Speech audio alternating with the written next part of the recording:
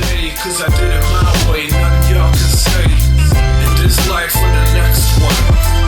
Watch me, I'ma be the best. I am what I am today, cause I did it my way. Nothing y'all can say in this life or the next one. Hey guys, welcome back to The Deal. This is going to be another short episode, keeping it real on The Deal with Danny Brown. So if you look closely here, what I have up on the screen was the national housing market over the last 5 recessions.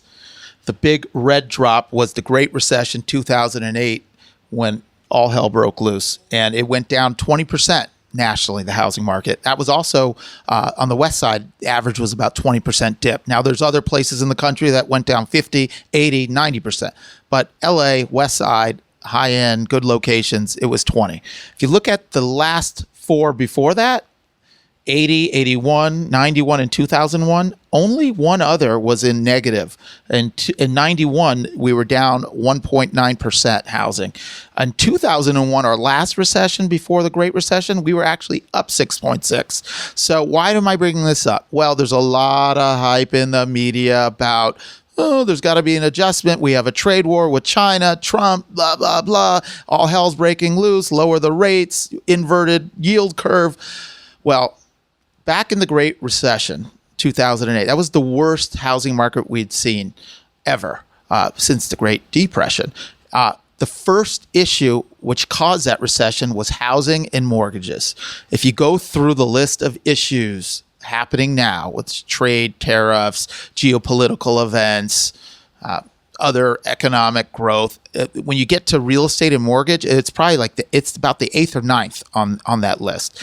So as people are talking about, are we heading into a recession, an election year coming up, this and that? Well, maybe we are. A recession by definition is only 2 quarters in a row of negative growth. So that is a recession, and 2 quarters of positive growth is a strong market. So the definition and the hype and all that, you got to be careful about reading just the headlines. If you look deeper into the micro markets of LA, the West Side, with interest rates this low, there's still a strong demand across all areas and price points. Is there a little softening or even some major softening at the ultra high end? Yeah, there is. There's not a lot of buyers there. But when you start looking at the mid-level, the entry level, it's still very healthy. And at the entry level, it's actually extremely competitive. If you're priced well, things are selling. If it's compelling, it's selling. If you're overpriced, you're sitting, and that's the market we're in. Nothing wrong with that. So I think we're headed into more of a normalized market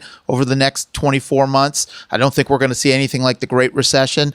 We may head into a recession at some point. We have to. We can't just have positive growth. But I don't see that the housing market's going to be impacted that much. You got to watch the interest rates. That's going to really be the lever that really pushes the needle. If rates shoot up, which we're not expecting, then things could change. But anyway, buy good fundamental real estate, afford a debt and a loan that you can service long term. Be in it for the long term, not the roll of the dice short term flip. If you want to flip and play that, you can go to Vegas. And if you get burned when you go to Vegas, that's what happens. So if you're playing long-term, safe real estate, you're good.